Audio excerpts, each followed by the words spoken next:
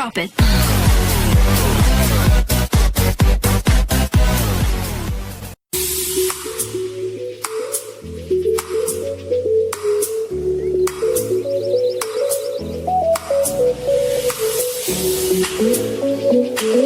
Hi guys, welcome to our channel Mess Up Children. Hai everyone, apa kabar? Semoga kalian dalam keadaan sehat dan baik-baik saja ya. Di kesempatan kali ini, kami akan membahas mengenai ketahanan pangan di negara kita tercinta ini, yaitu Indonesia. Nah, pasti banyak kan dari kalian yang belum tahu mengenai kondisi ketahanan pangan di Indonesia saat ini. Simak bersama yuk. Sebelumnya, kita cari tahu dulu ya, apa sih ketahanan pangan itu? Pangan merupakan kebutuhan yang sangat diperlukan bagi semua orang. Sedangkan ketahanan pangan adalah kondisi atau bagaimana ketersediaan pangan saat ini di negara kita. Apakah kalian sudah tahu bahwa kondisi ketahanan pangan di Indonesia saat ini sudah mulai menurun, sedangkan jumlah penduduknya semakin meningkat. Dengan itu, kita seharusnya prihatin mengenai ketahanan pangan ini. Pada saat ini, para ilmuwan sedang mengembangkan mutasi genetik. Genetika adalah ilmu pewarisan faktor keturunan atau hereditas yang meliputi apa yang dimaksud dengan gen, cara kerja gen, dan hal-hal lainnya yang berkaitan mengenai bagaimana gen di dalam organisme dan apa yang akan dipengaruhi oleh gen tersebut. Secara umum, perubahan sifat keturunan disebut dengan mutasi, yang arti lainnya adalah perubahan materi gen dari suatu sel yang diwariskan terhadap keturunannya. Melalui mutasi genetik ini, kita dapat mengubah ataupun memperbaiki dan bahkan kita bisa merusak sifat keturunan genetiknya. Karena kondisi ketahanan pangan Indonesia saat ini, banyak perkembangan yang dilakukan di bidang ini. Perkembangan tersebut meliputi perkembangan dalam bidang pertanian, yaitu dengan mutasi genetik menggunakan radiasi sinar gamma yang diradiasikan pada bagian tanaman yang dapat ditumbuhkan dan difokuskan kepada pemulihan tanaman secara mutasi. Penumbuhan tanaman dengan kultur jaringan yang keuntungannya adalah mampu menghasilkan bibit dengan banyak dalam waktu yang cukup singkat untuk memenuhi kebutuhan pangan. Dan juga perkembangan pada mutasi gen hewan, yaitu persilangan dengan induk yang unggul dalam hewan yang akan menghasilkan daging dengan kualitas baik dan dapat dihasilkan dengan cukup cepat. Dan juga banyak hal yang saat ini sedang dikembangkan. Misalnya, dengan menciptakan makanan yang lebih lama untuk membusuk, sehingga mengurangi terjadinya pembuangan makanan secara sia-sia. Berkaitan dengan ketahanan pangan juga, pada masa-masa ini banyak digunakan media promosi dalam meningkatkan ketahanan pangan. Lalu, apa kaitannya? Pada kondisi saat ini, diperlukan adanya media promosi untuk meningkatkan penjualan makanan dan berbagai macam kebutuhan lainnya, seperti sembako dan yang lainnya. Dengan adanya media promosi tersebut, kita dapat meningkatkan ketahanan pangan dengan cara mempromosikan produk-produk yang kurang diminati oleh masyarakat dan membuatnya menjadi lebih menarik, sehingga banyak orang yang akan mengkonsumsi makanan tersebut, sehingga tidak ada makanan yang akan terbuang sia-sia.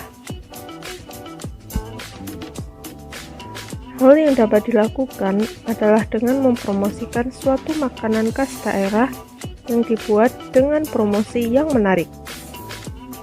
Atau juga bisa dengan melakukan suatu endorse kepada influencer yang berkaitan dengan makanan.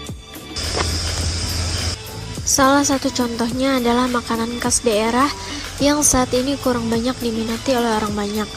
Melalui media promosi ini, diharapkan penjualan makanan tersebut dapat meningkat. Saat ini, media promosi yang paling diminati adalah media sosial, yang merupakan alat promosi bisnis yang efektif karena dapat diakses oleh siapa saja, sehingga jaringan promosi bisa lebih luas. Media sosial menjadi bagian yang sangat diperlukan oleh pemasaran bagi banyak perusahaan dan merupakan salah satu cara terbaik untuk dapat menjangkau luasnya pasar ataupun pelanggan. Media promosi yang lain dapat berupa poster, banner, iklan direct mail, TV maupun koran. Dengan banyak media promosi ini, ketahanan pangan akan berkembang seiring berjalannya waktu. Kita juga dapat meningkatkan ketahanan pangan dengan cara membeli suatu produk, atau bila tidak tertarik untuk membeli, maka kita bisa mendukung dengan tidak membuang-buang makanan yang telah kita miliki. Dari langkah kecil ini, diharapkan bahwa ketahanan pangan dapat meningkat.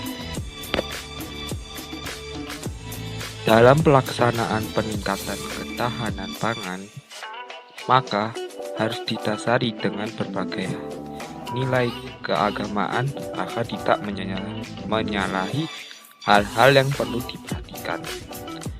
Hal-hal tersebut adalah nilai-nilai kehidupan dalam peningkatan ketahanan pangan ini, yaitu pertama, kejujuran, kedua, keadilan, ketiga, kebenaran, dan keempat, perdamaian yang harus selalu dijaga kapanpun dan dimanapun.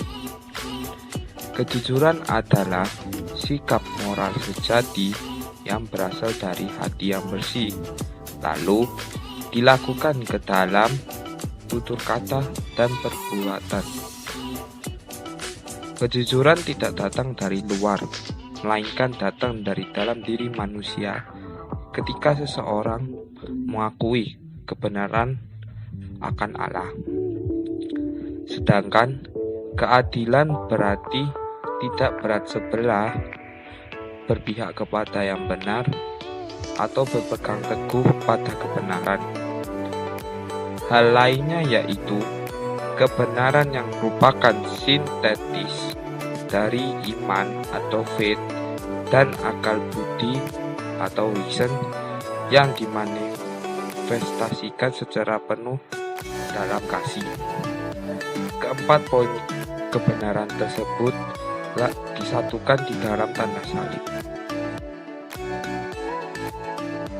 Dan selanjutnya adalah perdamaian yang diartikan seperti kata shalom yang mencakup pengertian damai antara kita dengan Allah, kita dengan sesama, dan kita dengan lingkungan. Sesuai dengan kesaksian Allah, keutuhan ciptaan dipahami sebagai suatu bentuk ketergantungan manusia dengan lingkungannya. Seluruh ciptaan merupakan satu kesatuan yang saling melengkapi satu sama lain. Manusia ditempatkan Tuhan sebagai mahkota ciptaannya karena manusia lebih tinggi statusnya dari ciptaan yang lain dan mempunyai tanggung jawab khusus terhadap ciptaan yang lain.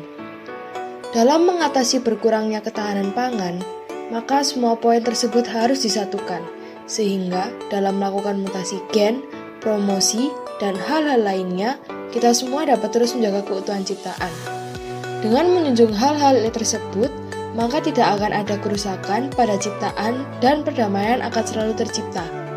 Dalam menjaga ketahanan pangan ini, melalui teknologi yang berkembang seiring berjalannya waktu, diharapkan bioteknologi dapat memenuhi kebutuhan pangan. Dan juga diharapkan bahwa masyarakat mendukung dengan adanya promosi melalui media cetak maupun media sosial. And last but not least, if you want to protect the world will also keep you safe. Otherwise, if you damage the integrity of the creation, this world will also destroy you. Maka dari itu, mari kita jaga keutuhan alam kita dan juga mari kita tingkatkan ketahanan pangan Indonesia. Sekian dari kami, terima kasih.